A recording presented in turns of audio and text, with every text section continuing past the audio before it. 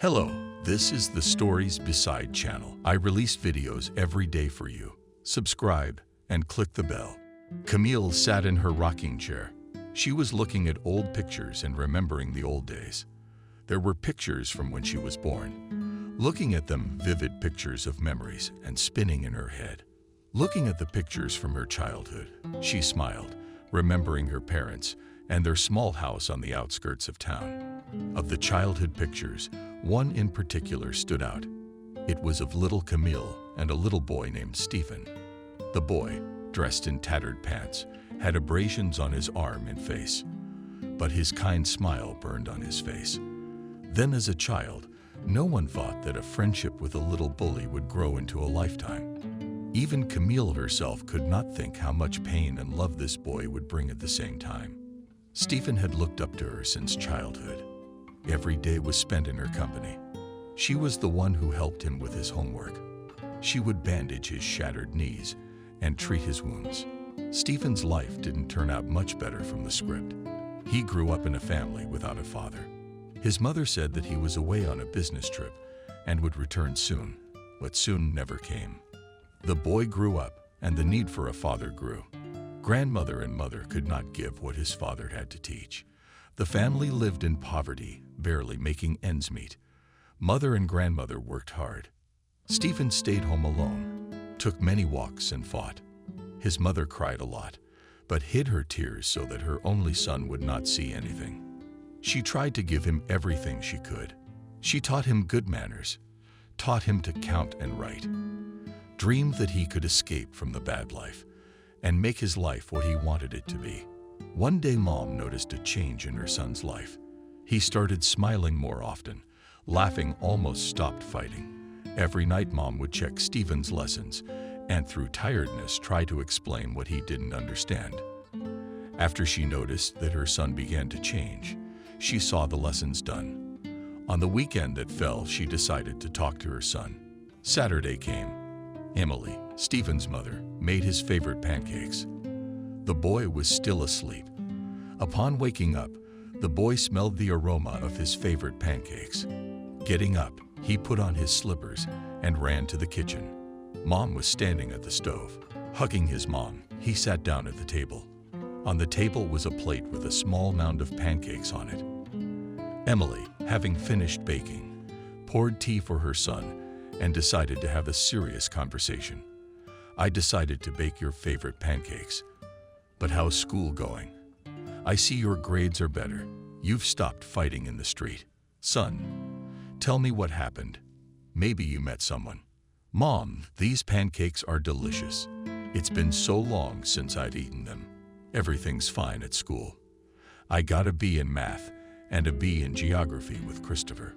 We were studying where the people of Africa live. On Friday in PE, we played soccer with the boys. I scored 2 goals. The boy ate pancakes and happily told his mom about his successes at school. He never lied to Mom and always shared his thoughts with her. "Yes, Mom, I met a girl. She transferred to us from another school. She's nice. She helps me with my homework and helps me with my wounds. Her name is Camille.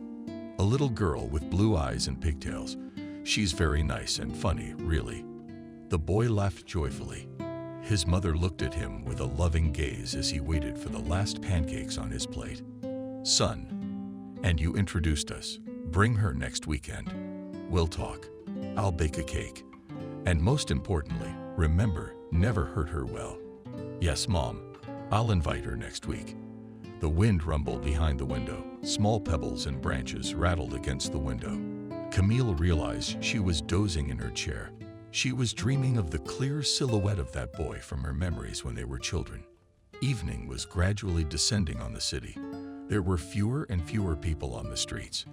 The streetlights were coming on. The room gradually filled with darkness. Camille was also sitting in her cozy armchair, covered with a plaid. She tried to remember what she had talked about with Stephen's mother. Why was Stephen embarrassed and blushing all night? At another question from his mom, the smile never left her face. She remembered being in their apartment so often afterward, remembered Stephen's grandmother baking pies and telling stories of her youth, and how Emily used to make jokes about the children. And the boy was immediately embarrassed. Scrolled through another scene from the past. Camille found the strength to get up from her chair, walked over and flicked the light switch on. The room was filled with a nice warm light. She often sat in this room and reminisced about her life. She enjoyed reliving pleasant moments again, but only in her memories.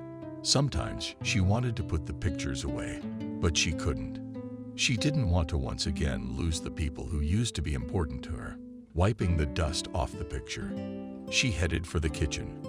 The kettle's on button clicked and sat down at the table. The kettle was making the noise. As Camille reached for a mug, it boiled and turned off, plunging the room into silence. The next day, Camille decided to do a house cleaning of the sleeve sunsets. Taking a rag, she lost the pictures and all the furniture in the room. By chance, as she read another picture hung on the wall, that one came off with a resounding crack of glass. The picture frame shattered. Camille began to pick up large shards of parts of the collapsed frame. After picking up the broken parts of the frame, she picked up the photograph. There were 2 teenagers in it. Camille and Stephen were about 15 years old in the picture. Camille remembered that time very well. How had Stephen started working from the fact that his grandmother had gotten sick and he had decided to take over the responsibilities collapsing on his mom. Camille remembered very well how often they fought about nothing, but the desire to lose each other always came to the forefront. Stephen always apologized first when he asked for forgiveness. His cheeks poured a lardy color. Camille loved it. She hugged him, knowing that everything would work out and they would overcome everything together. Stephen spent a lot of time at work, taking on any job, sweeping yards, working as a loader, cleaning old people's houses. The money he received was small, but it was a great help to Mom. Camille rarely saw the boy. They began to see each other less often. The long separation made her heart ache. She was afraid that their last meeting might be fatal. After a while, she started showing up at her job just to see him. She'd bring his favorite cheese and sausage sandwiches. All her life, she would make him those sandwiches. But back then, as a child, Camille could never have imagined such a thing. Stephen worked hard and his progress in school was negative. Camille spent all her free time trying to get Stephen up to speed on his subjects. Rarely was money given out when they would go for a walk, coming to their spot in the park, talking about everything. Stephen would tell funny stories and Camille would laugh. They were good together. At one point, she realized that their friendship was turning into something special. She started to notice things she hadn't seen before. She liked everything about him. The way he talked, the way he acted, his thick, dark hair, his big brown eyes, the mole on his right cheek. She was hurt and scared when Stephen got into conflicts with his peers. But the biggest fear became telling her how she felt. Every day at home, she replayed the conversations in her head, but the feeling of fear never left her. The fear of losing the person she loved was taking over the situation. Stephen was experiencing the same feeling of fear of losing his beloved or hearing a negative answer to the proposal to be together were spinning in his head. But it could not go on like this for long. Pulling himself together, overcoming his fear, Stephen decided to talk about his feelings. He made an appointment. Even now, Camille remembers that day. It was the 28th of May. Stephen called her after school and told her to come to the park in the evening to their place. When he spoke, his face was serious. It scared Camille a little. She wondered if today was the day he would decide to leave. What does he want to tell me? Why didn't he decide to talk now? All day long, she lay on the sofa thinking about what she wanted to say to her beloved. At these thoughts, she began to fall asleep. Her head was miserable. She decided to lie down. Waking up, looking at the clock, she started to get ready for the meeting.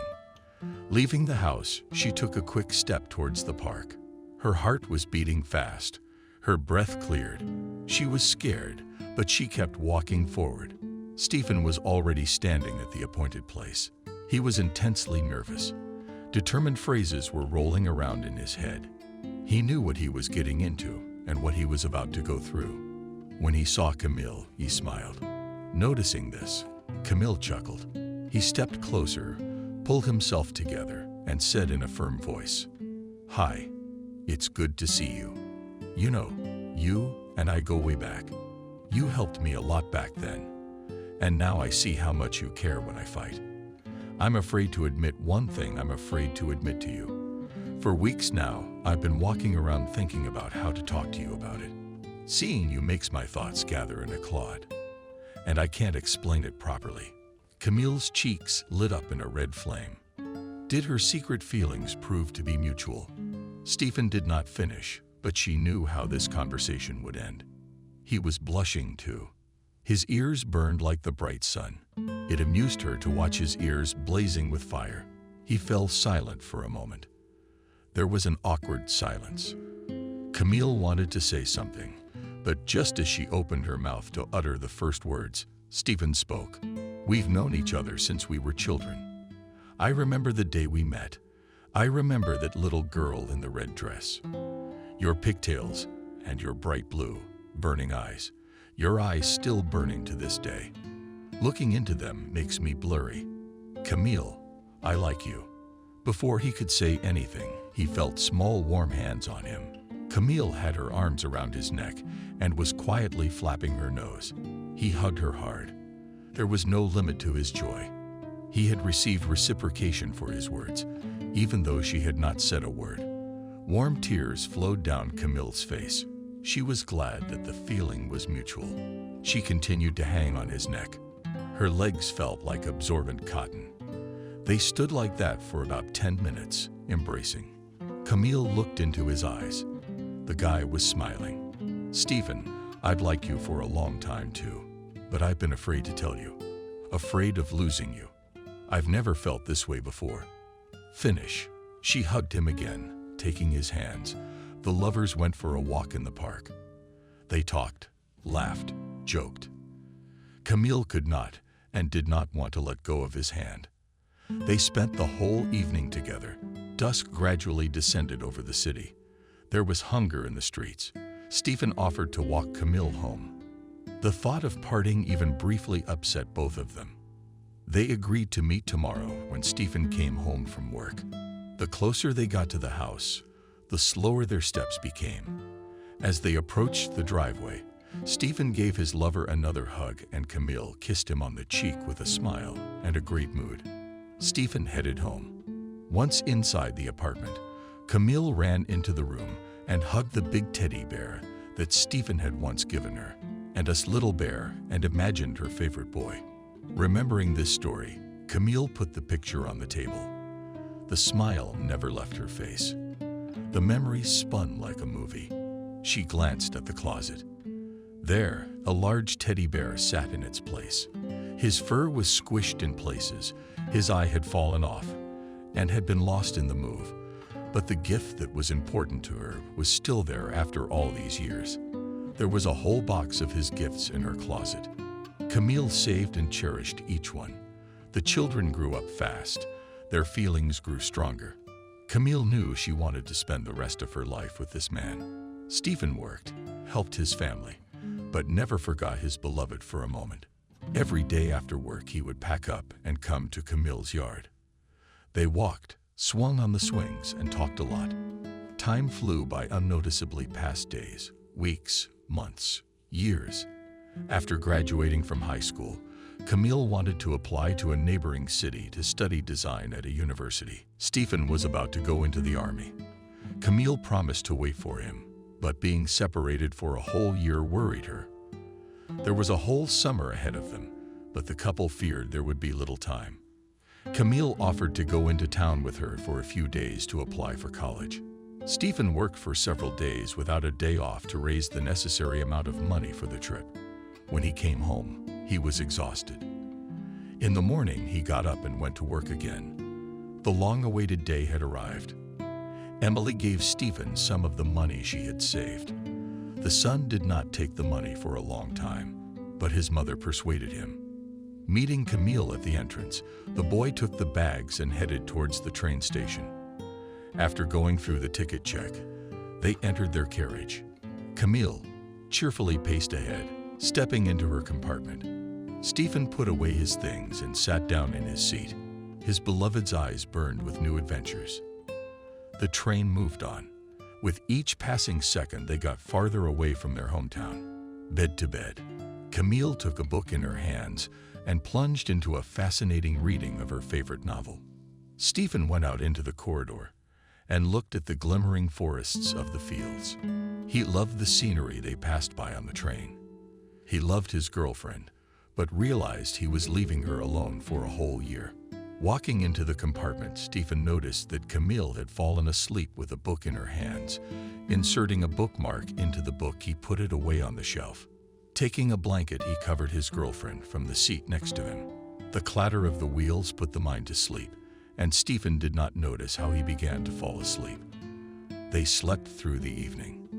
Through sleep, Stephen smelled the odor of fresh emergency tea. Opening his eyes, he saw his girlfriend entering the compartment with 2 glasses of tea. Later, he woke up.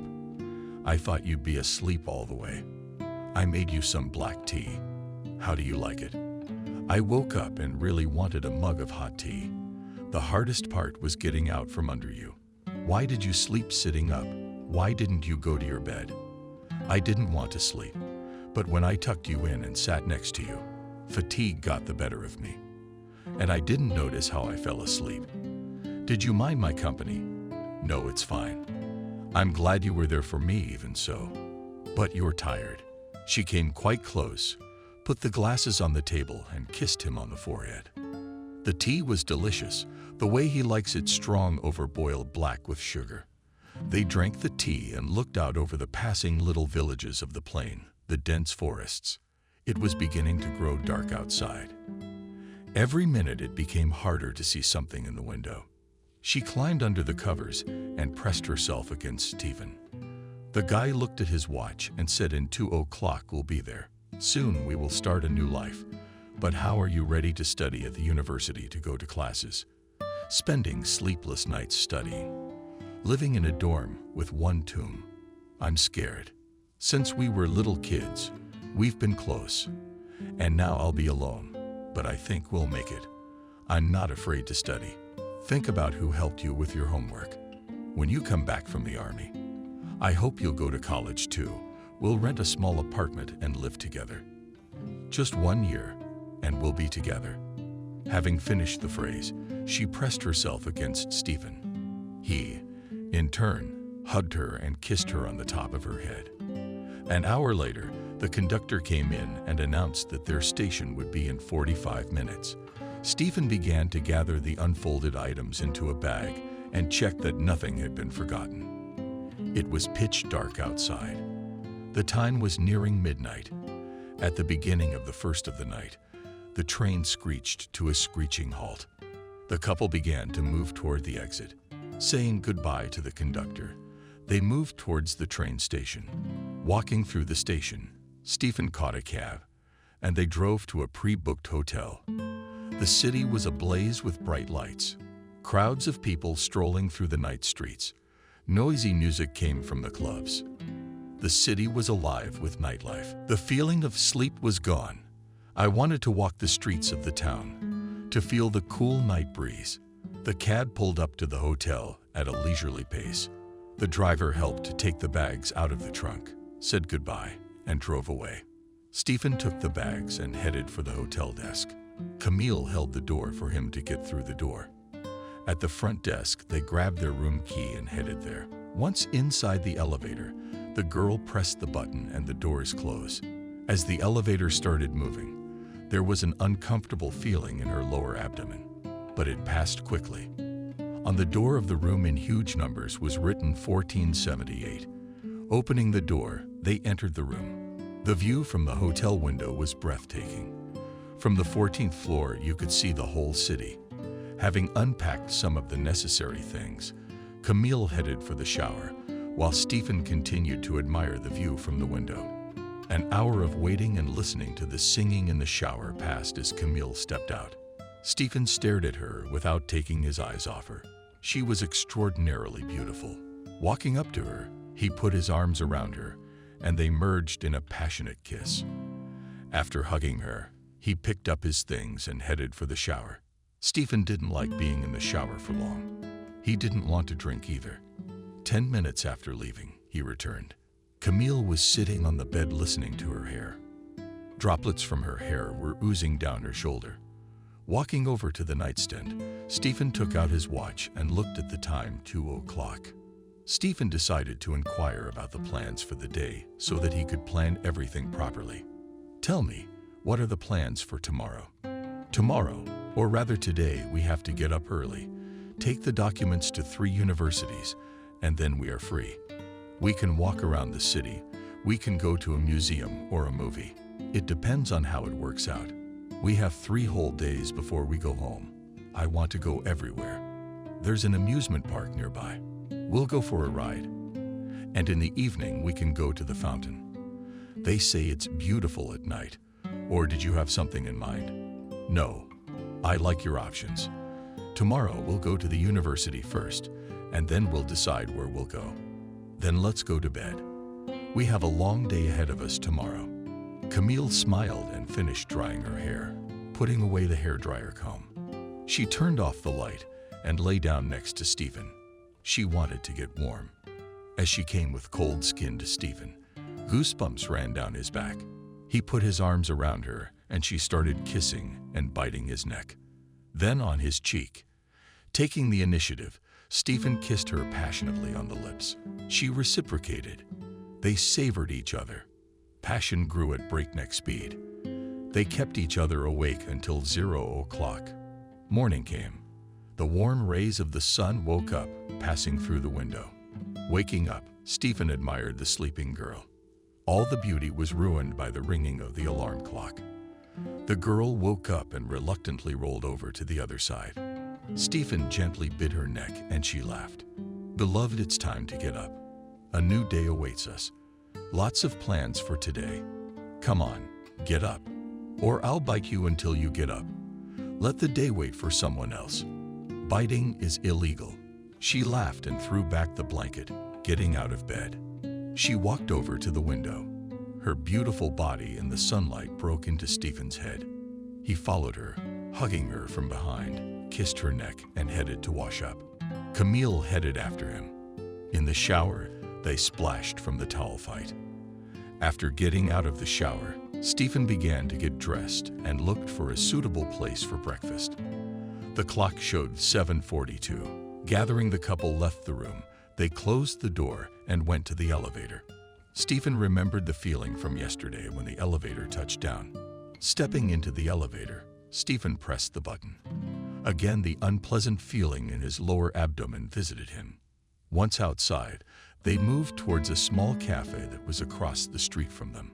A great breakfast and a good vibe waiting for them around the corner. Over breakfast, Stephen tried to determine the quickest way to get to First University. Camille trusted him and knew he would do a better job at this task. After finishing breakfast, Stephen waited for his beloved to finish her coffee so they could drive. The shortest and quickest way was to call a cab, which they did. When they reached the massive building, Stephen paid the cab driver and they got out of the car. Crowds of young people were going in and out of the university building. Camille caught a slight uneasiness. She clung to her boyfriend and stepped inside. Taking a folder of papers, she kissed Stephen and entered the admissions office. 40 minutes passed, she walked out. The smile on her face was brightening. There was a creative assignment, and I was able to do it. In fact, I think they liked me. Good for you. You were the first one out. I knew you could do it. The second university isn't too far away. We can walk to it, take a little stroll. As they left the building, they admired its size. Camille held her boyfriend's hand and followed him. They walked a few blocks, past a beautiful park with fountains, a small alley, and a group of street musicians playing. The rest of the way, Camille hummed the motif of that song. They'd reached the second university. Several blocks of one building opened before their eyes. Stephen escorted his favorite audience and himself flew to a small flower stall, which he saw when they passed the alley. After buying a bouquet of daisies, he ran in the opposite direction. As soon as he entered the university from the door of the auditorium, Camille appeared. He ran up to her and gave her the flowers. Camille blushed in surprise. "But how did you do on the assignment? I see you weren't the first one out this time." "It's okay." "Yes, it's fine. Thank you for the flowers. They're very beautiful." The assignment was harder this time, and the teachers were more demanding. But I was able to complete the assignment. Good for you. Now we get on the bus. We go to the last university, and we are free. They left the building, and the bus stop was in front of the university. The bus approached. Getting on it, Camille sat in an empty seat, and Stephen stood next to her. After 5 stops, they went outside. The warm sun was shining. Camille was walking and smelling the flowers. When they reached the building, they saw a map on it. The location of the whole buildings were scattered on several streets. The main building is a small building with sculptures. At the entrance to this university, Stephen was not allowed in, and he stayed outside waiting for his girlfriend. A warm summer breeze swayed the leaves on the trees, blowing hats off the passers-by. Stephen sat down on a bench and began to look around. Next to him on another bench sat an elderly couple. Stephen knew that in dozens of years, they would also be sitting on a bench in the park and feeding pigeons, and their grandchildren would be running around nearby. Suddenly, Camille approached from the back. She was smiling. Stephen hugged her and began to ask her how it went. "Now we'll wait to see what college I'll be accepted to. I'm sure you'll get into all of them." 3. "But which one will you choose?" "I don't know yet. While there's time, I'll think about it." She took Stephen by the hand, and they walked towards the park. In the park, they walked along the sidewalks, feeding bread to the ducks in the little pond lying on the grass, looking at the clouds floating by. Camille lay on his lap and enjoyed the moments they spent together. In the afternoon, they went to the hotel to change, get everything they needed, and head out to the amusement park. After getting ready, they grabbed a bite to eat and drove to the park. They arrived there. The first thing Camille decided to do was to ride the slides ride. Her hair was standing on end. Camille laughed. She was enjoying it. Walking around the grounds, Stephen noticed the shooting range. Said he'd be back in a minute. He went to win the coveted prize. 10 out of 10 shots. He won a small stuffed rabbit. After taking the rabbit, he ran to his girlfriend to present the gift. At that moment, Camille was studying the park map on the banner. Stephen came up behind her, covered her eyes with his hand, and held the rabbit under her t-shirt. When her sweetheart guessed who had come up behind her, he turned her around and presented her with the toy. She smiled and hugged him. They walked around the park for a few more hours, ate cotton candy, rode the rides, and went to a little show. Stephen took a ride on the dreaded slides. Camille was afraid to go on them. It was not long before evening came, and the lanterns and lights of the park began to come on. The lovers were exhausted. They sat down on a bench and just looked at the night lights of the city in the distance. Camille was hungry, and they headed to a small restaurant to have dinner. Once they arrived at the restaurant, they placed their order, and for the rest of the evening, they just sat and chatted about the future. No one could disturb their idyll. After finishing dinner and paying, they drove to the hotel. The power was out, but the lights in their room went out well past 0 o'clock. For a couple more days, they just relaxed, walking around, having fun, talking. Went a few times to the movies, theaters, museums, but the little vacation was coming to an end. Camille did not want to leave. She wanted to stop time, to stay with her beloved. Back in her hometown, Stephen began to work, and Camille waited for an answer from the institutes. A month later, the answer came. She was accepted to 3 universities she had applied to, but she chose the one she had originally applied to.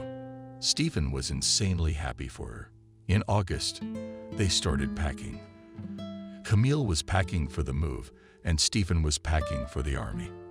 They were leaving on the same day, but in different directions. Standing on the platform, Camille did not want to let her boyfriend go. Tears were streaming down her cheeks. She was scared to leave alone without him. Stephen hugged Camille's mother and grandmother and went to the train car. He promised to call every minute as soon as he could. A few hours later, Camille was standing on the platform. She was being seen off by her parents, Stephen's mom, and his grandmother.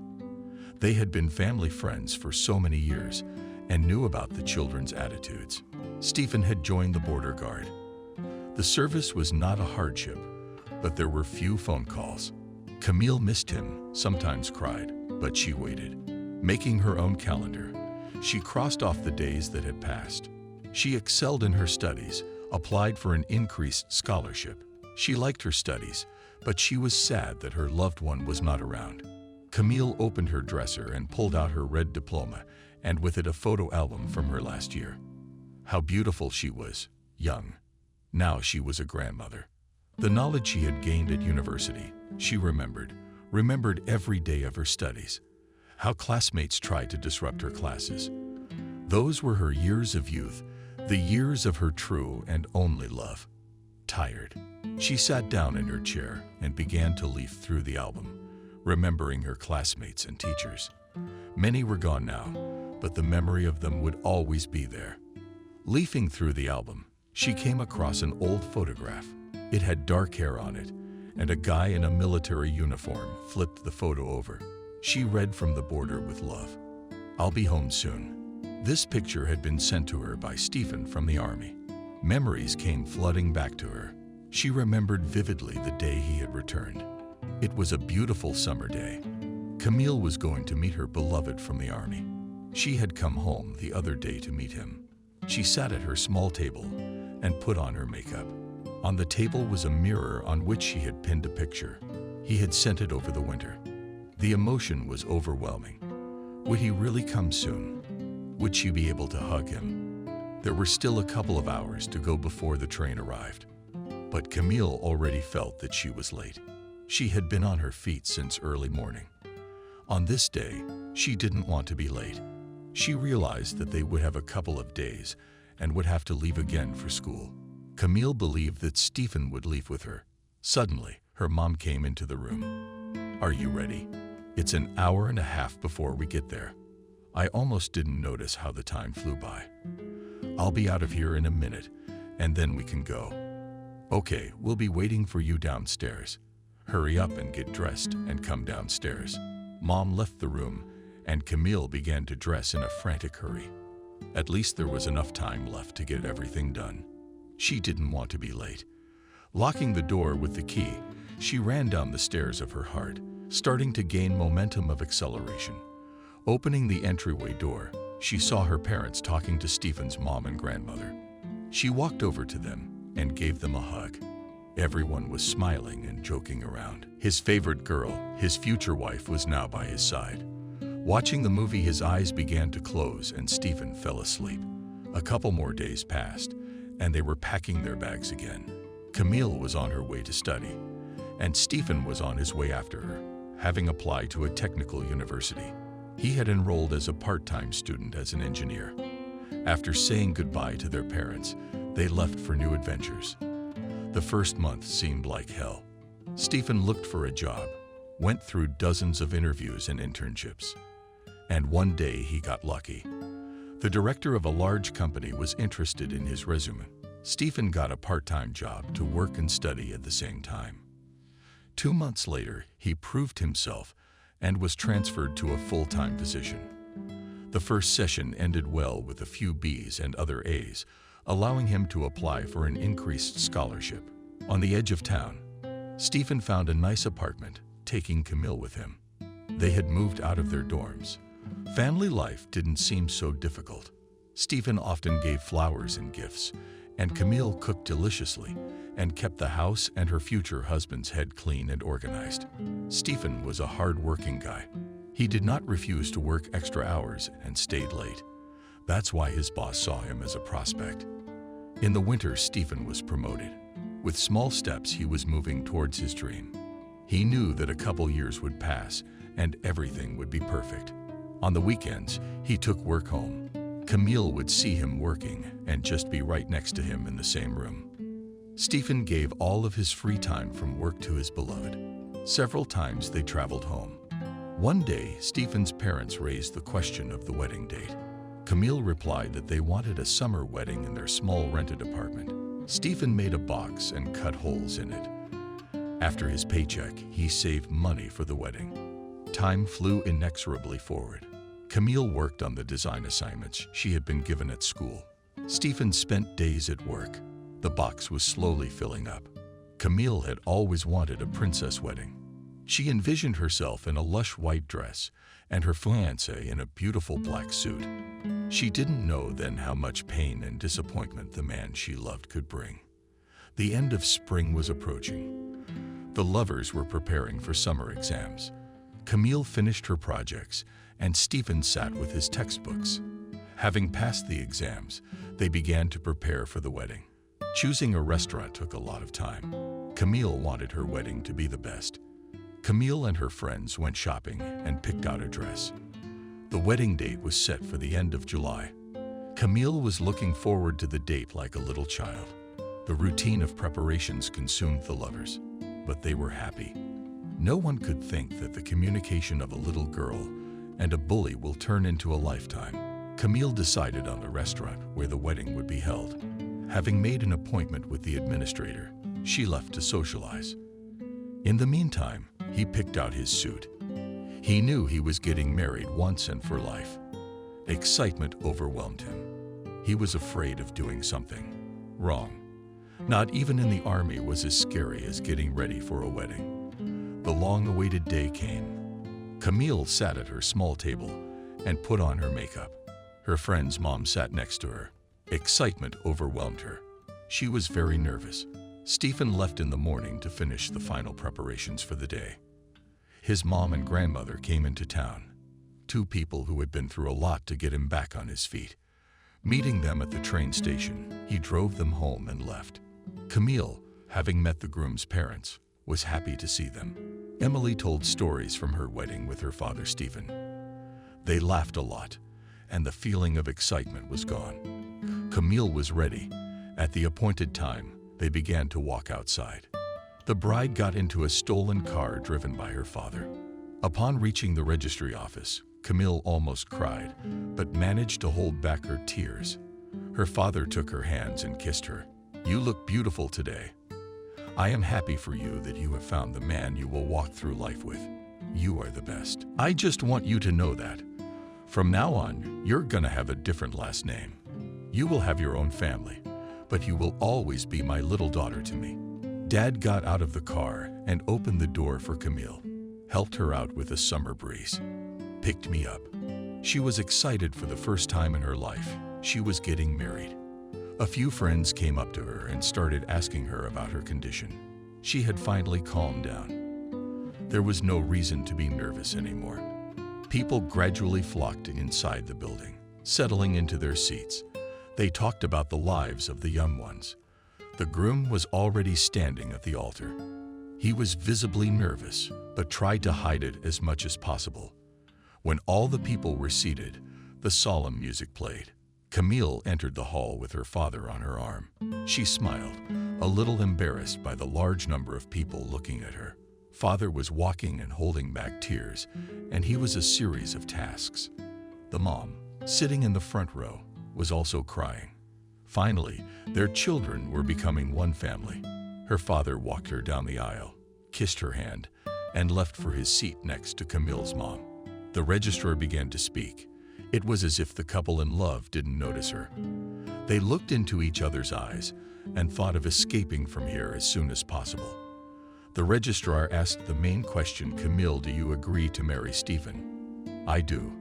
"And do you, Stephen, agree to marry Camille?" "I do. By the power vested in me, I now pronounce you man and wife." The whole room applauded. Mothers cried, friends shouted, and congratulated. A chorus shouted bitterly. The newlywed couple merged into kisses. Invited guests began to come up and congratulate them.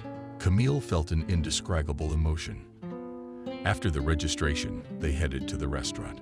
All afternoon and evening, Camille and Stephen listened to congratulations from everyone. They had fun, participated in contests from the Toastmaster. Tons of gifts were accepted. Grandma gave the most touching speech about the young couple's life. Even Stephen could not hold back tears.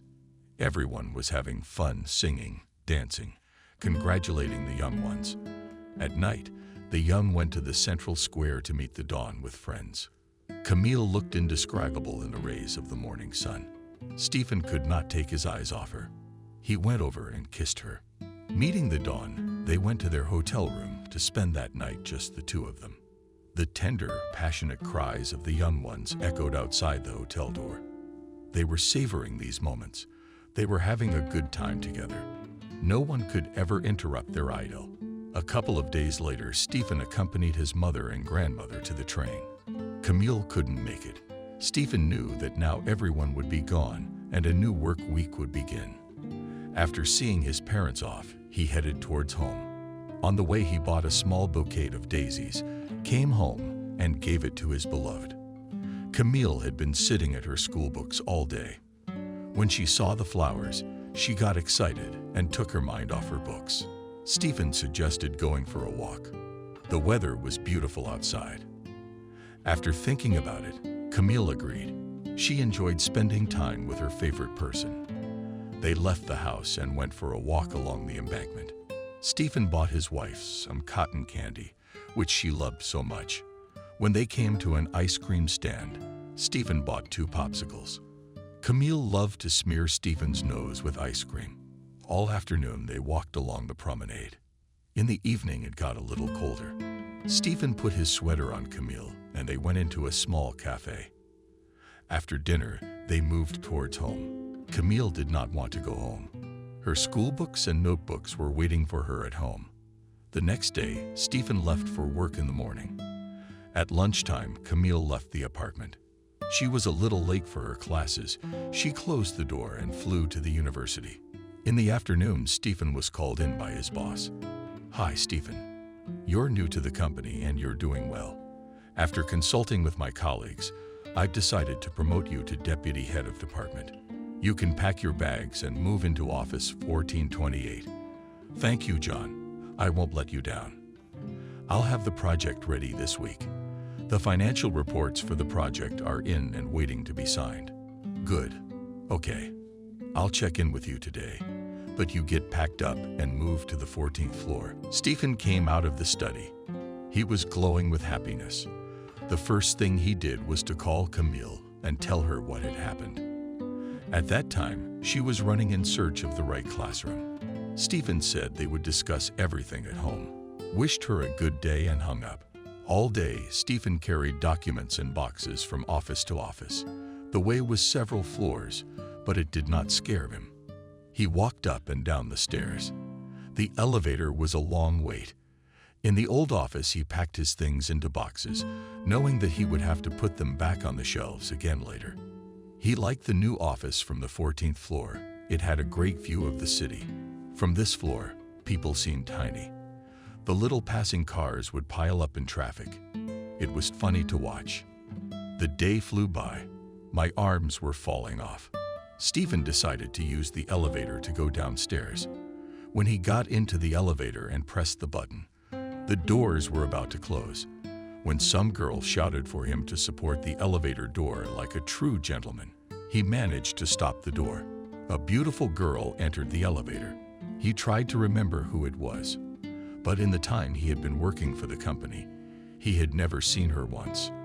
A tall blonde in heels stood in front of him. Jacket and skirt looked great in combination. He took his eyes off her and began to look at the brochure on the elevator wall as he exited the building and got into his car. The girl's silhouette wouldn't leave his mind. He couldn't figure out what it was that she could have gotten him hooked on. At that moment, the phone rang. It was a message from his wife. She was asking when he was coming home. Thoughts of the girl slipped from his mind. Stephen started the engine and headed home. Upon entering the house, Stephen smelled odors coming from the kitchen. He took off his jacket and headed there. Camille was standing at the stove. He walked up behind her and kissed her neck. She smiled. "Hi, honey. How was your day? How's your new office? Tell me about it. I'm wondering what my husband does now, aren't I? Wash your hands and sit at the table. Stephen washed his hands and went back to the kitchen. There was pasta in a bowl on the table. He sat down at the table. His wife sat across from him. It's been a hard day. I'm very tired of running from one floor to another. I'm now the deputy head of the department. Essentially, the duties are the same, but now there are more people under my command. The office is large, spacious. It has a beautiful view. Would you like it? My bosses appreciate me. I'll finish my project this week and start a new job. How about you? How was your day? From what I heard, you were late for school again today. You know how long I'm in the shower. I can't help it. I'm doing great at school. I finished my term paper today. By the way, I'd already chosen my thesis advisor. It's the teacher who took my test when I entered. He's a jolly little man who tells stories from his life. But when it comes to his subject, he's strict and attentive. When they had eaten, Stephen helped wash the dishes, while Camille cleared the table. After dinner, Camille decided to turn on some movie, and Stephen went to shower under hot water. He remembered that silhouette of the girl again. Something about her clung to him on that. Trying to forget, he stepped out of the shower. The room was quiet. The television was broadcasting almost silently. Stephen walked over to his wife and saw that she was curled up and sleeping peacefully. Stephen picked her up in his arms and carried her into the room. He went back to the hall, opened his laptop, and started to finish the project. At 2:00, his eyes began to close, but Stephen wanted to finish the project. He heard a balloon and footsteps on the floor. Turning around, he saw his wife. She could barely open her eyes, was wrapped in her favorite blanket already 2:00. Let's go to bed. I woke up and you're not around. Let's call it a night. Finishing her sentence, she looked at her husband with a loving gaze. There were no options left. Stephen saved the file and closed the laptop. Picking his wife up on his arm, he left with her for the bedroom. The nasty sound of the alarm clock interrupted his sleep. Stephen woke up. His body was still asleep, but he had to get up. His wife was quiet, howling beside him. He kissed her and went to wash his face.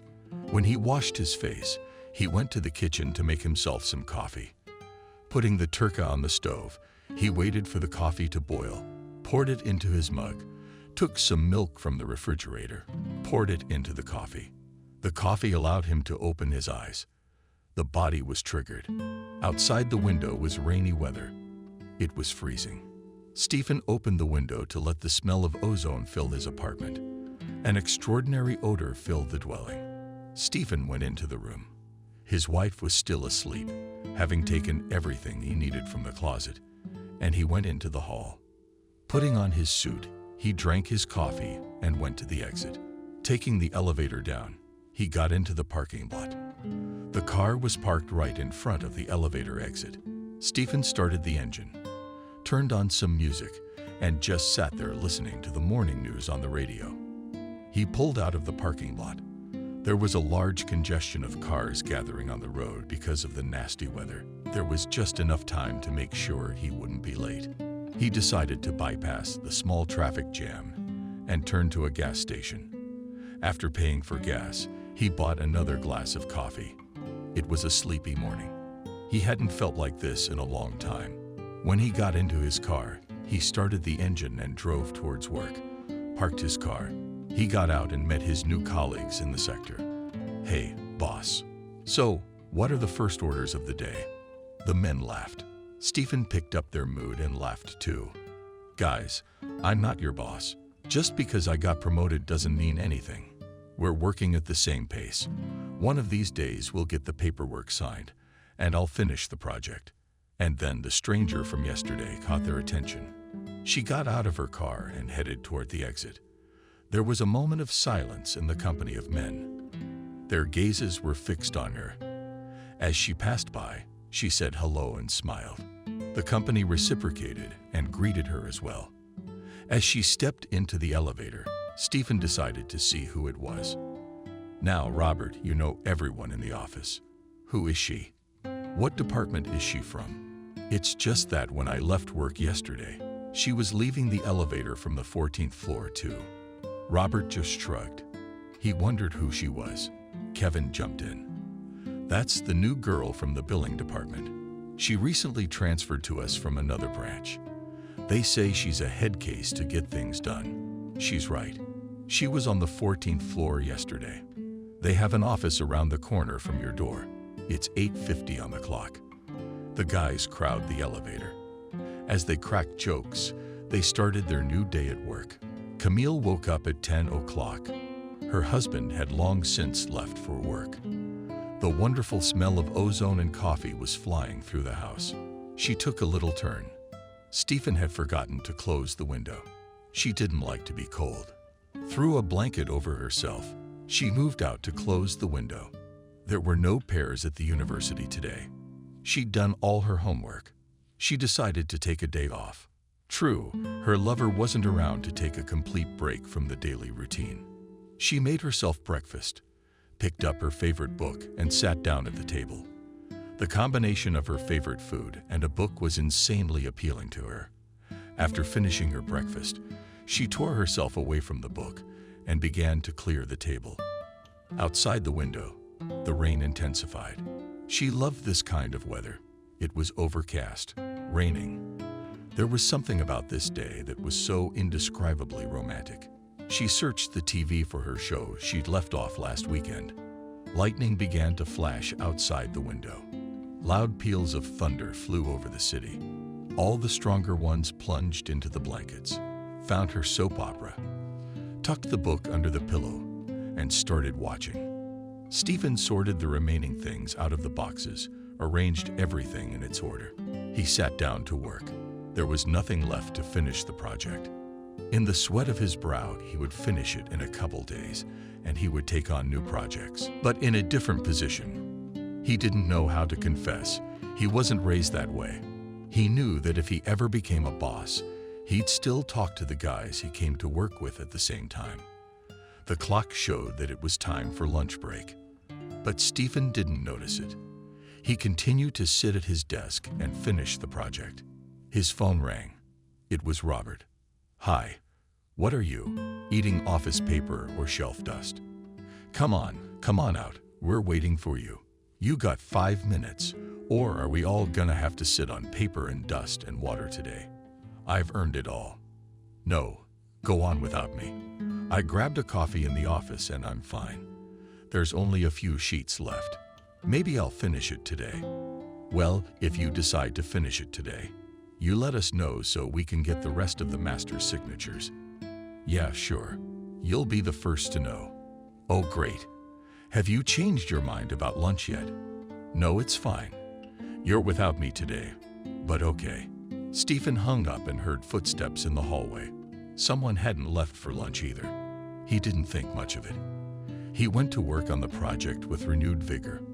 4 pages and a few signatures separated him from success. At that moment, there was a knock on the door. When it opened, it was the girl he had met yesterday in the elevator. "Good afternoon again, Stephen. We haven't met. I'm new to the billing department. I've been sent to sign some estimates." "Girls, they've been emailed to you, and you're not saying a word." "I'm Evelyn, by the way. Nice to meet you." "Evelyn, since we're on a first-name basis, you can call me Stephen." "Oh yeah, sorry. I forgot about the mail. Would it be easier for you if I signed this way or electronically?" "It doesn't really make any difference. But if I'm already here, maybe you could sign this way." He took the folder of documents from her hands and started signing. He didn't know what to talk to her about, and because of that, he signed the documents in complete silence. Evelyn was more determined and spoke. "It's lunchtime. So why you?" "Oh, sorry. Why are you sitting here?" Lost track of time. "Finalizing a project. A few pages left. That's why I didn't see the email and forgot about lunch. I think I'll just grab a coffee and get back to work. There's a great coffee shop on the 3rd floor of the building next door. Been there a couple times, which is where I'm headed now. Keep me company. I was thinking of just having coffee from the coffee machine, but since you're recommending it, why not? Then we'll get the paperwork out and we can go." "Yeah, that's a great idea. How do you want it?" "Knock on the door. I'll come out." She nodded and left the office. Stephen was overwhelmed with feelings of unknown origin. When she spoke to him, he was lost. When he came to his senses, he rummaged in his bag for his purse. Then it would be fun to forget all the money and cards. The weather outside was nasty, with gusts of wind knocking umbrellas out of people's hands and hats flying off. It was as if nature was trying to tell him something, but he didn't believe in such moments. A couple minutes later, there was a knock on the door. Stephen stood up, caught his jacket, and left the office. Stephen decided to dilute the situation. Silence with conversation. Great weather outside. What do you think? I agree with you. It's great if you don't go outside. We're lucky that there are passageways between the buildings so we don't have to go outside. How did you get here? I transferred from a small branch. I found my ceiling there, and I'm still getting there. I see you haven't been in one place for long either. A week ago, when I applied for the job, the office was empty. Yeah, well, I used to work on 8, but after I proved myself, I moved to 14. That's not bad. There's the coffee shop. They entered a small cafe that was on the 3rd floor. When they stepped inside, the smell of roasted grains hit their noses. They went to the counter and placed their order. After they ordered, they sat down at a table by the window, both looking out the window and laughing at another umbrella flying from a man. At this time, Camille was sitting at home reading her book, and the desire to get up and do something had completely left her body. She was looking forward to the evening when her beloved husband would arrive from work, and they could spend time together before coffee. Stephen and Evelyn began to get ready for work. Again, they had a long walk to the 14th floor of another building. Stephen loved stairs, but Evelyn talked him into taking the elevator ride. He agreed. When they made their way to their building, they called the elevator. Outside, the enemy was beginning to rage. They stepped into the elevator. Stephen pressed the button for the 14th floor, and the elevator touched. For a second, his stomach was at the bottom of the elevator cab. In so many years, he still couldn't get used to this kind of ride. A thunderstorm hit the transformer. The lights in the entire building went out for a second. The elevator car stopped. A second later, the emergency power to the entire building and the elevator cab lights came back on. Communication was fading, and there wasn't enough to reach anyone. Half the staff was now still at lunch. Jenna's chances of rescue in the shortest possible time were minimal. Stephen pressed the call button for the dispatcher, but no one answered. The dispatcher had apparently left for lunch as well. One could only hope that security would see the error and check the elevator for people. The dim lighting was reminiscent of the old light from the bulb in his room when he was a kid. Stephen noted the 13:27 time the elevator was stuck. He decided to speak up to lighten the mood. Evelyn, how are you doing? All right? Yeah, I'm fine. Except for the fact that we're stuck and there's no one to rescue us. In this weather, we can't wait for the elevator guys to get here and open this elevator. We're out of options, so let's sit on the floor and wait to be rescued. She sat down in the corner of the elevator. Stephen sat down across from her. She appeared sad. It was starting to get cold in the elevator car. The air conditioners weren't working either. Stephen took off his jacket and slipped it over Evelyn's shoulders. She smiled back. They were silent for a moment. Stephen tried to think of a topic of conversation, but nothing came to mind. In the dim light, he tried to get a good look at the girl. She had long, beautiful white hair, eyes he couldn't see no matter how hard he tried. The wind howled through the elevator shaft. Looking down at the floor, Stephen noticed that Evelyn was looking at him too. Stephen, it's almost 2:00 p.m. Try calling someone again. I will. Stephen got to his feet and started pressing the dispatcher's call button. There was no response to his calls. Stephen tried banging on the elevator car so that someone would hear him, but his attempts were unsuccessful. It was getting cold in the elevator car. She'd always dreamed of spending all day in an iron coffin. At least there's company. I'm really cold. Why don't you sit next to me so you won't be so cold? Stephen moved from one side of the elevator to the other, where Evelyn was sitting. She was shaking. Stephen thought of nothing better than to put his arms around her. After a couple minutes, she stopped shaking. An hour of confinement passed. No one responded to the banging and shouting. Tension and fear were gradually building. Evelyn clutched more and more tightly to Stephen.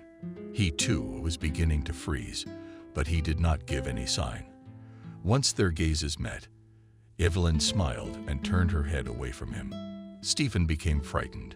What if he did something terrible that he would regret for the rest of his life? Evelyn lay on top of him. Stephen began to warm little by little, and he forgot about his bad thoughts that were visiting him. An hour and a half after they were stuck, dispatch answered the phone. But just as Evelyn had said, due to bad weather, the wizards couldn't reach them. The director sent the staff home. A dispatcher who was trying to call the foreman and 2 inmates in the elevator remained in the building. It was past 200 hours of confinement. The wind was forgetting heavily in the elevator shaft. Evelyn was looking into his eyes again. And then something happened that for the rest of his life he would regret. Something that for the rest of his life he would regret. She kissed him, and he didn't kiss her back. After a couple more seconds, she kissed him again, but more passionately. For a second, his brain turned off the light. And when it returned, Stephen was kissing Evelyn in return. Passion possessed them. Now they forgot they were cold. They were tearing things off each other. She kissed his neck on the lips. Going lower, it felt good. He held her from behind by her hair. Evelyn was moaning. Stephen couldn't stop. He held her breasts and she begged for more. An hour later, they started to get dressed. Stephen's mind was a mess. What had he done? How had this happened? Why exactly was he stuck in the elevator with her? The dispatcher replied that the crew had arrived and would release them now. A moment later, the elevator doors opened and they were released. Evelyn handed Stephen his jacket and winked. All evening he couldn't come to his senses. When he was in the elevator, he felt good. But now he was writhing in anger at himself for what he had done. While his wife slept peacefully at home, he had betrayed her. Pulling into the parking lot, he sat in the car for a long time, hesitant to get out. After gathering his strength, he got out of the car and walked towards the stairs, opening the apartment door. On the threshold, he saw his wife. She was standing there smiling. He smiled back at her and hugged her, kissing her. Going into the bathroom, he looked at his reflection. It seemed disgusting to him. He got out of the bathroom and went to change. Camille noticed something wrong when he came out of the room. She asked, "Honey, are you okay? You've been weird today. You haven't been answering your cell phone. What happened? Tell me." "It's not a big deal. It's just a lightning strike knocked out a transformer today. And I was in the elevator for hours. I was freezing cold and tired. I'm sorry I couldn't answer the phone. I was losing the connection. It's okay. Why don't I give you a hot bath?" "No, thanks. If you don't mind, let's go to bed early tonight." "Okay." She finished her sentence, kissed him, and went to the couch to watch the show. Stephen headed toward the shower. For about 10 minutes he stood under the boiling water and tried to understand the nature of his actions. He had never been attracted to other girls. He was in love and faithful to only one. But what was it today? How dare he decide to take such a dastardly step? All night long he couldn't close his eyes. The picture of what happened in the elevator flashed before his eyes. His wife was sleeping peacefully beside him. Looking at her, he hated himself. It was only towards morning that he was able to fall asleep. When he woke up in the morning, he had no energy. He called his boss and said that because of yesterday's incident, he had a cold and would stay home to work. The supervisor agreed, and Stephen hung up the phone. Camille had gone to the university in the morning. Stephen was left alone with his thoughts. All day long he had been finishing his project, but he could not get over yesterday's incident. He promised that he would never take such a step again. He didn't know what fate had in store for him. All day long he sat alone. He rarely answered messages or calls. Evening came. He realized it was getting dark outside and called Camille. She was just about to dial him. "Hey, where are the couples over to pick you up?" Hi. Yeah, we're out. No, love, don't come. My friend's driving me home. How are you feeling better? You scared me last night. I came in dead tired. I'm worried about you. Be careful. Okay, I'll wait for you at home. Come home soon. 20 minutes later, she came home. The smile never left her face. She jumped on top of her husband and started kissing him. It helped a little to forget yesterday's situation. They spent the whole evening together like they used to, watching TV, eating all sorts of goodies and being happy together. This evening helped Stephen to sleep properly. He felt good with his wife. The next morning he was going to work. His strength was overflowing. After completing his morning ritual, alarm clock, shower and coffee, he left the apartment. The mood was combative. Today he wanted to finish a project and take on something new. When he pulled into the parking lot of his work, he noticed his coworkers. They were standing around gossiping before work as usual. He got out of the car and headed in their direction. Look, it's our stuck boss. How can you sit in an iron closet without a means of communication? They laughed out loud. Stephen smiled in return. He didn't want to remember what had happened that afternoon. Looking around the parking lot, he did not notice Evelyn's car. He wanted to minimize contact with her as much as possible, but he was stuck. It's not that big of a deal. And I'll see how you feel when you're in that situation. They laughed amicably and went to their workstations. In the afternoon, Stephen finished the project and sent it to his director. In the meantime, Kevin called and told him to collect signatures. A few hours later, Stephen was called into the CEO's office. When he entered the office, he sat down in a chair. Oh, Stephen, I need you. We are sending you on a business trip to Kaliningrad. You will defend your project in front of investors so that they know where their money is invested. I've looked through the documentation. It's well written. Well done. Keep it up. You'll be leaving the day after tomorrow. You don't have to come to work tomorrow. Get some rest. There's a conference on Saturday. Hotel and transportation will be paid by the branch, so don't be afraid to go. Now, excuse me, I have an urgent call. Rising from the director's chair, he went to a far room and argued with someone. After the conversation, Stephen was going to go home to rest for a couple days and hit the road. He took the stairs down to the parking lot, counting each step, texting his wife that he would be home soon. He received a heartfelt text in reply. On the way home, he stopped at a flower store and bought a gorgeous bouquet. When he arrived home, Camille had not yet returned from her studies. He decided while she was gone, he would have time to take a shower. While he was in the shower, Camille came home. She saw the gorgeous bouquet and heard the sounds from the shower.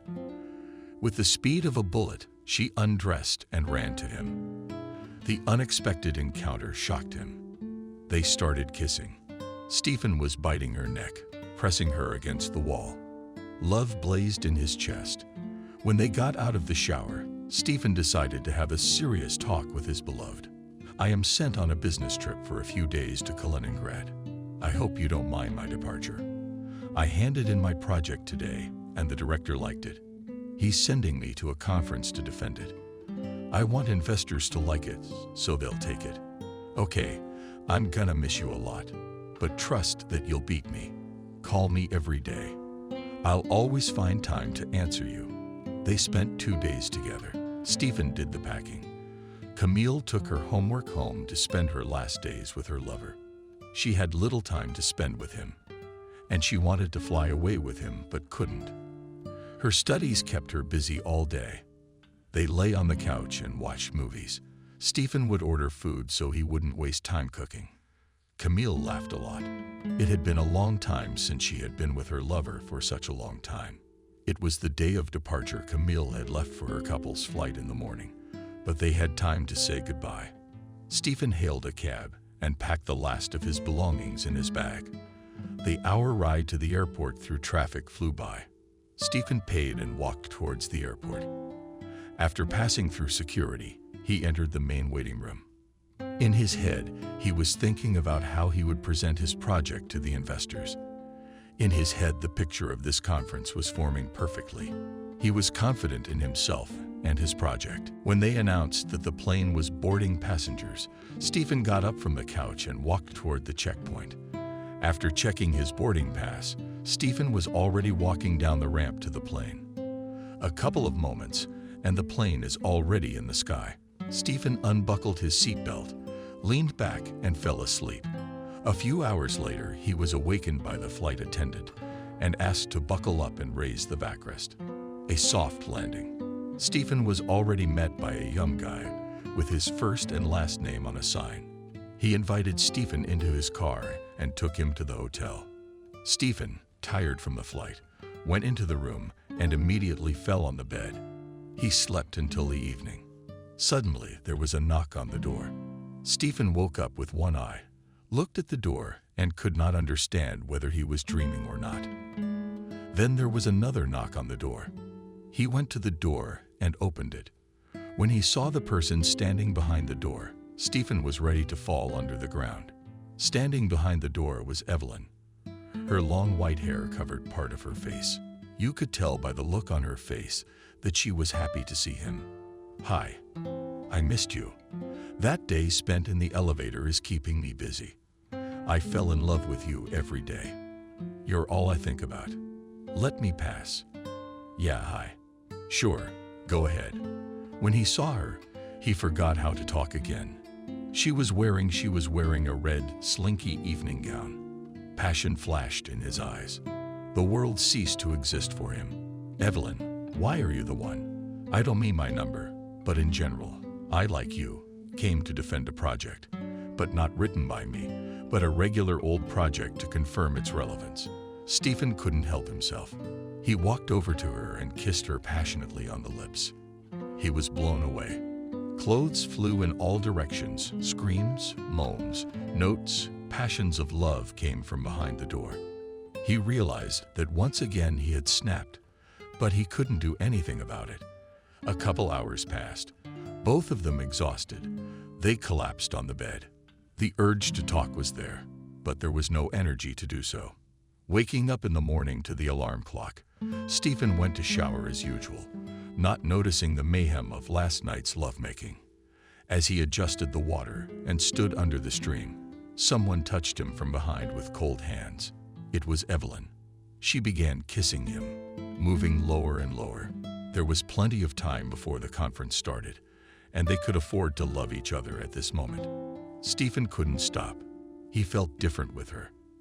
They did not leave his room until the evening. Not infrequent screams came from the room. Before the conference, they showered and began to pack. Stephen put on his best suits, prepared his laptop. When he was called, he went on stage and began to broadcast about his project. You could see from the investors' faces that they were interested. Stephen's speech lasted 15 minutes. He left to great applause. Evelyn spoke much later than he did. In order not to waste time, he went to his room to call the director. As he walked down the hall, he called the director and told him that everything had gone excellently, and perhaps his project would be approved on the basis of the company's work. Make arrangements with the director. He decided to call his wife and make her happy. The dial tone went on, but no one picked up. Stephen, while entering the room, when Camille answered, Stephen stood in a stupor. The whole room was turned upside down. Clothes were lying on the floor underneath. Women's underwear was almost everywhere. Stephen came to the realization that for almost 2 days he had not left the room with her, that he had lost his mind again. But then he heard his wife's voice. "Hello, honey, you're there. And I've been telling you for a minute. I can hear it's you." "Yeah. Hello, sweetheart. I'm doing great. My project is about to be approved. And I'm really glad I came here. I miss you. I miss you very much. I'll be there soon." Before Camille could answer, the connection was lost. When Stephen tried to call, nothing happened. Forgetting everything, Stephen began to clean and put his room in order. When the conference was over, people went to the banquet room. They were drinking, talking. Evelyn tried to find Stephen, but could not. She decided to check his room. When she knocked, she noticed the door was open. In the room, Stephen was cleaning up a mess of consequences, passion, and love. Gone somewhere. I'm tired of looking for you. Something's happened. Sit down, please. I need to talk to you. When I'm around you, I forget how to breathe. I enjoy spending time with you immensely. But I'm married in the city. My wife is waiting for me at home. I'm sorry. I can't see you anymore. I know you're married. That doesn't stop me. I love you and I don't want you to give up on me. I promise I'll make you happier. Stephen didn't say anything. He just left the room and went for a walk around the city at night. Little cars flew through the narrow streets. He realized that he was being an idiot, but he didn't want to lose them both. When they flew in from the conference, they began to meet often, either in his office or in his car in the parking lot. When he came home, he would forget about Evelyn and spend time with his wife. This continued until Camille began to notice her husband's strange behavior. He would come home very tired from work. The perpetual smell of perfume from his suit and feminine hair was alarming. For winter vacation, Camille offered to go for a ride to her parents' house, but Stephen couldn't go. No matter how much Camille urged him, she agreed to go alone. But Stephen promised to come back in a few days. On the day Camille left, her husband behaved strangely all morning, walking around with his phone, just swearing. When she approached Camille, she was scared. She didn't know what was going on. They said goodbye. Stephen left for work, and Camille waited for the time to call a cab and leave for the train station. Before leaving, she decided to clean up a little. She decided to vacuum her room. She started in the corners and gradually moved to the bed, but her attention was attracted by an object under the bed. When she pulled it out, she was horrified. It was someone's blue panties. She knew she didn't have such underwear in her closet. Anger overwhelmed her. She wanted to call her husband and tell him, but she guessed why her husband was acting like this. She decided to wait for them. She hid the suitcase on the balcony and sat on the sofa. But when she heard the key in the door turn and ran to her room, finding someone else's panties under the bed, the wife hid in the closet to incriminate her husband. And when she saw who came to him, she fell out of there with her mouth open. She recognized her. It was her cousin Evelyn. All their lives they'd been rivals. But this was crossing all boundaries. She saw their faces, picked up her suitcase from the balcony, and walked towards the exit. On the street, Stephen caught her. He fell to his knees, begging for forgiveness. In silly ways, he tried to stop her, but he couldn't. She, proudly raising her head, walked forward. She had already figured it all out for herself. She just wanted to leave, to go home to her parents. Tears were falling from her face in hail, but she walked straight ahead without listening to the sounds her husband was making. She had gone home and didn't want to go back, but because of her studies, she was able to get over herself. She never told anyone what had happened or where Stephen was. To such questions, she just shrugged her shoulders. That's how the month flew by. In the city, the exams were approaching and Camille was about to go. When she arrived in the city, the first thing she did was to rent an apartment. 4 days in a row, she went to her exams and closed out with a perfect score. Every day, Stephen would snip her phone. Every minute he was calling, texting, but she couldn't answer. She wanted a quiet life, but she loved him very much. She couldn't forget that little boy in tattered pants with the broken knees and elbow. The boy who loved math but sometimes misunderstood how to solve it. She loved him madly. She didn't want to think about how and what had happened between her sister and him. On nights, heartbreaking screams echoed in her apartment. She didn't know what she wanted for herself.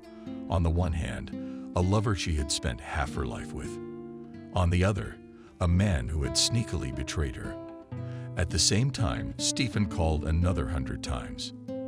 After that fateful day, he did not see Evelyn. She tried to meet, went to his home at work, but could get no answers. He had withdrawn far into himself, working, studying. But when he came home, he tried every possible way to reach her, talk to her girlfriends and friends. But nothing gave confidence. After dialing another classmate of his wife's, he got a reply. He found out where Camille was living now. She lived a few blocks away from him. After work, he drove to the address, locating her window by the apartment number. He waited for the lights to come on so he could go and talk to her. Several hours passed. Dusk was descending on the city. There were fewer and fewer people on the street. Stephen didn't know what to do. He just sat and waited. He wanted to scream, but he couldn't go on without her.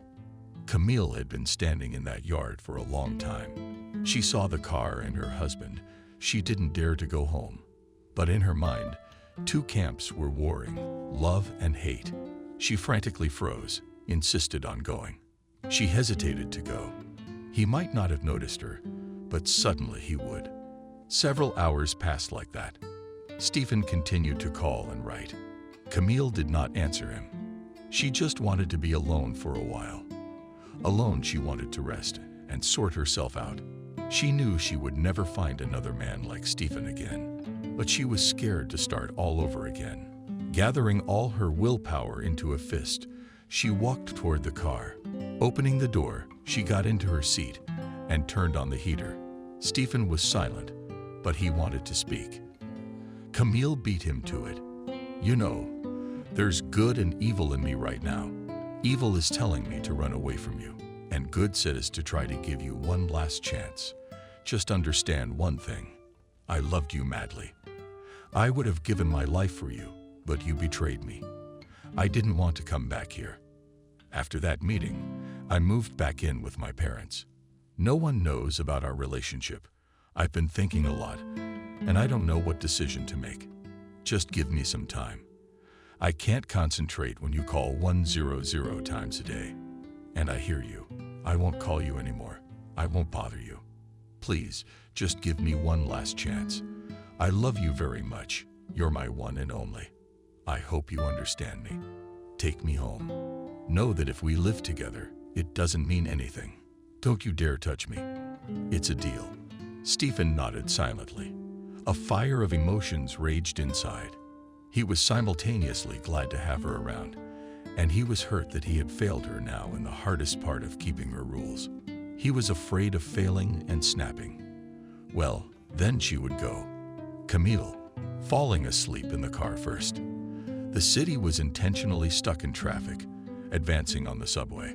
Stephen looked at his wife and was glad she was there. In all that time, he would never think of her sister again.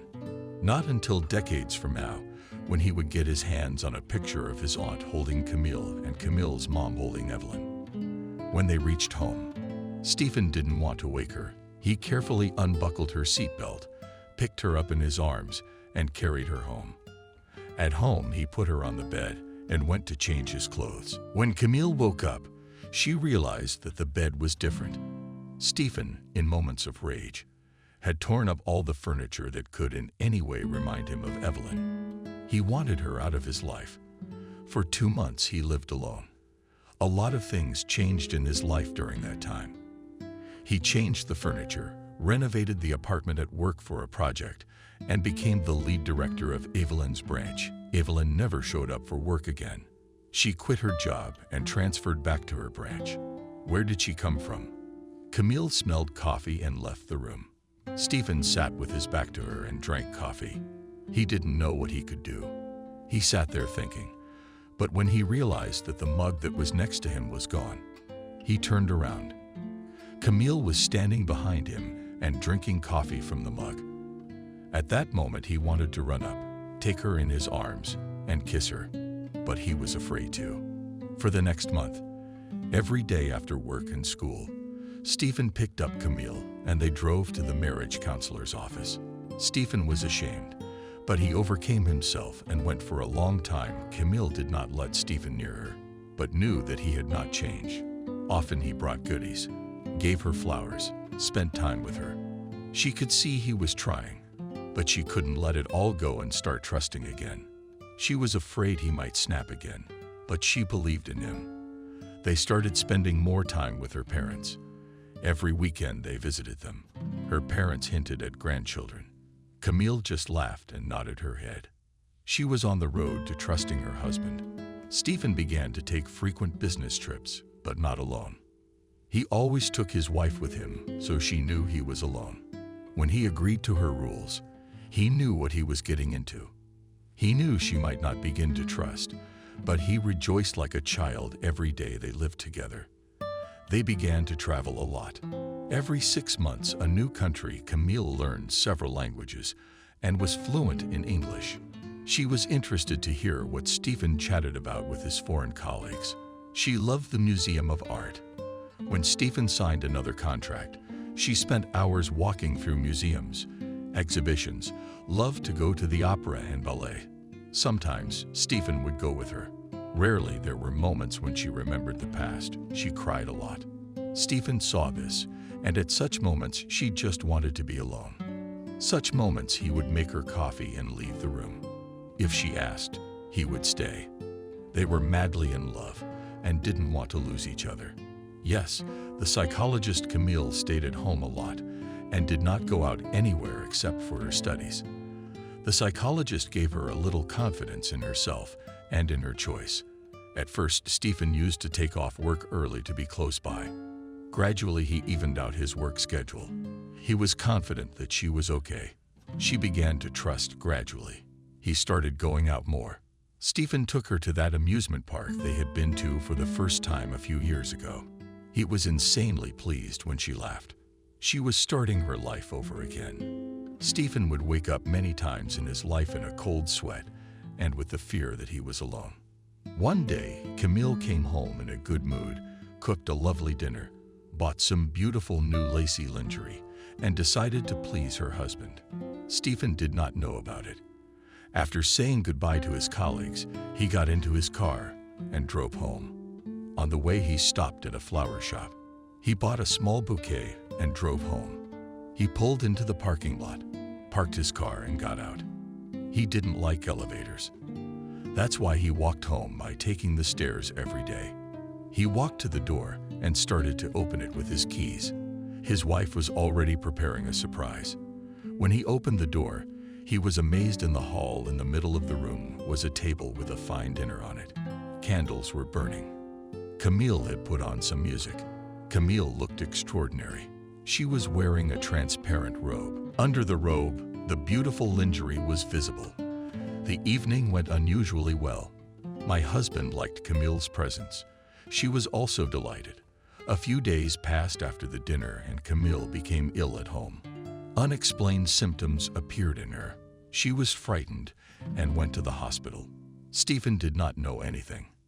At the doctor's appointment, she was told that she was going to be a mom. She was happy, but would Stephen be happy? In the evening, she decided to talk to him about it. Stephen came home earlier than usual, took a shower, and started working at home. Camille came up to him and spoke to him. "Can I distract you for a second?" Stephen pushed the computer away and had his full attention. "Here's the thing. I'm slowly learning to trust you again. You're there for me every day, and I appreciate it. You and I fly to other countries a lot, and we go to my parents' house more often. Thank you. Yes, sometimes I get mad at you, but just know that I love you madly and do not want to lose you. You're doing great. Becoming a top director, getting a college degree, and always in development. I'm afraid to tell you one thing. I only found out about it today. As you are my favorite, I'm pregnant." Hearing these words, Stephen felt like the happiest man on earth. First, he started jumping and screaming. Then he ran up to his wife and started hugging her, started kissing her belly. Camille saw tears in his eyes. He was truly overjoyed at the news. The next month, Stephen prepared the room for the baby, renovated it, bought different furniture. He was insanely excited about the birth of his first child. At night, he would get up and look for fruit at the stores. Even in winter, Camille herself did not know what she wanted. Stephen began to spend all his time with his family. He moved the management of the company off his laptop. He would talk to Camille and joke around, watch movies with her. Sometimes he'd get dragged to a young mom's practice. He gave all his time to his wife. A month before the birth, they drove around the city to clinics and looked for a doctor who would deliver the baby. Stephen could not think how many specialists they would have to go through to find the right doctor. There was a bag at home in case it was not foreseeable, happened, and they needed to leave quickly. And so it happened. Stephen and Camille were sleeping peacefully. Then Stephen wakes up to Camille pushing his arm. "What's wrong? What's the matter? Should I get some water or call an ambulance?" "No, I'm hanging in there. Come on, let's go to the hospital." In a few minutes, Stephen got dressed and carried all the necessary things to the car. Camille took the elevator down and did breathing exercises. Stephen helped her into the car, got in, started the engine himself, and drove to the hospital. Stephen was afraid of being late, but it was scary to drive fast. Camille drove calmly and just breathed while the baby's father was more nervous than she was. She could see him trying, talking to her, but his hands were shaking. About 40 minutes passed. They pulled into the hospital courtyard. Stephen helped his wife to get out of the car and walk to the hospital. The doctors took her to the maternity ward. Stephen was not allowed in. After 6 o'clock, the doctor came out and said Rich was born. "You can go to your wife's room." Stephen thanked him and went towards her room. When he entered the room, he cried. His son was lying on his wife's chest asleep. He had his mom's facial features and his dad's nose. Stephen kissed his wife and stood looking at them while tears flew from his face in hail. A few days later, Camille and little Sasha were discharged from the hospital. All relatives and friends came to the discharge. The mothers rejoiced that they had become grandmothers, and Stephen became a great-grandmother. She sat down on the bench and cried. Camille's father looked at his grandson and did not want to give him up. The baby smiled as his daddy took him in his arms. At that moment, Stephen realized that in an instant he could lose it. He promised himself that this situation would never happen again, and he would not leave his family alone. Their family was never in trouble again in their lives. The child grew by leaps and bounds. Stephen was busy with his son almost all the time. Stephen worked in the company, a director, spent a lot of time with his family, and was a kind man. A few years later, Camille gave birth to his second child. Stephen loved his children and gave them all the things he did not have as a child. Most importantly, he gave a man's education.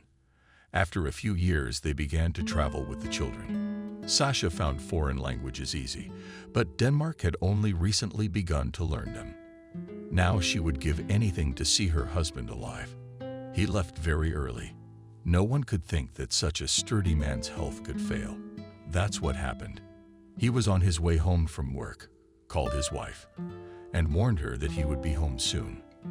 As usual, he stopped at a flower store, bought a bouquet of daisies, and headed home. But then something went wrong, and he had a heart attack while driving. He drove into a fence. The speed was slow. Kind people pulled him out of the car and called an ambulance. His heart weakened every minute. His wife and children came to the hospital. They looked at him and cried, and he was calming everyone down and telling everyone to calm down, and that he had no regrets about his life, except for one moment. A few days later, he passed away. His heart couldn't take the strain and stopped. Camille cried long and hard, but we can no longer return with tears. When he passed away at their home address, a lawyer came to read the will.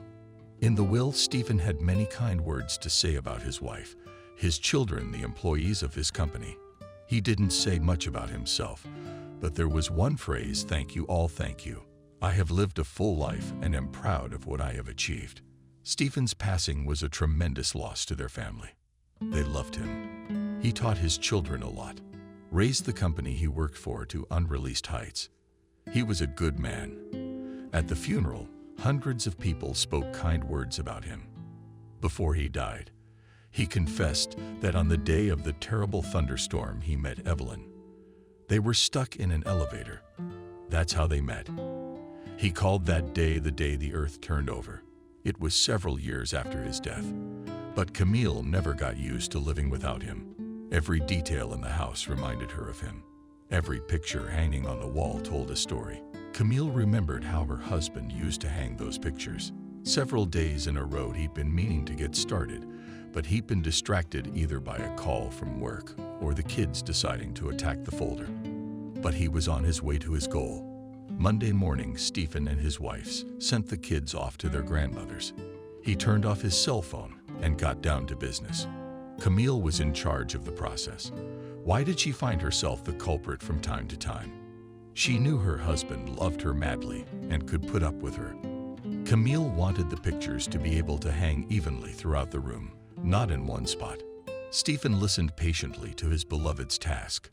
He pulled out a drill and began drilling into the wall. Dust and plaster flew from the wall in all directions. Camille was already imagining who was going to do the cleaning. After finishing drilling holes in one wall, Stephen started hammering in the hole. The holes were at the same level and the same distance apart. With a quarter of the work done, Camille kissed her husband. The atmosphere had diffused. Stephen began to listen more calmly to his wife's task. About drilling holes, he began to place the second wall. It was smaller, but that didn't make it any easier. When Stephen drilled a hole, Camille's ears would pop and she would cover them with her hands. It was at this point that Stephen would make jokes at her and pretend as if he was yelling at her. She fell for his jokes a few times, but then she stopped. They had spent the entire day improving this room. There was a thick layer of dust on the floor of the room. At first, Camille tried to sweep it up, but it was not a good idea. Having finished the work, Stephen began to help sweep. His wife's help was needed, though she refused to help. Stephen divided up the duties. He swept the dust all over the floor, and Camille wiped down the walls. When Stephen finished sweeping the floors, his wife kicked him out and began scrubbing the floors. At this time, Stephen began wiping down the picture frames. So many memories were held in those pictures. At that moment, he didn't know that a year and a half later, his picture with a black ribbon would be standing in the corner of the same room. But now he was happy that the work was almost finished. When his wife was scrubbing the floors, he helped her carry the bucket of water and brought the frames. Camille looked at her lover with tired eyes. She wanted to finish her work as soon as possible and lie down to rest. Between rest and her came these pictures. For the next couple of hours, sounds, swearing and bickering were heard from their room. They couldn't agree on how and in what order to hang them. Eventually, the photos were hung from left to right in chronological order. A few controversial photos hung in the same place. The couple couldn't remember exactly when the photos had been taken, but they didn't pay any attention to it. Camille was glad that her dream had come true. Together, they had made a room of memories that would be updated with new photos. She couldn't contain her emotions and ran into her husband's hot embrace. Stephen put his arms around her and kissed her. She looked like the little girl from the picture. Blonde hair, gathered in two pigtails, blue eyes shining with the will to give and adventure. She smiled and kissed her husband back. A couple days later, they picked up the children from their parents and brought them to this room. The children listened with interest to their dad and mom's stories and looked at the pictures. Remembering that day, tears flowed from her eyes. She could not live without him. The new day was like hard labor.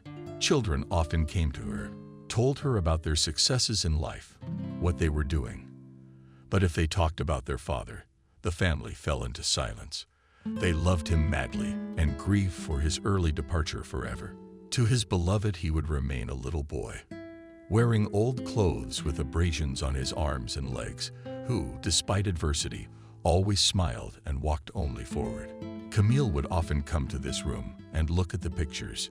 She was able to forget that transgression of her husband that could have ruined everything and forever.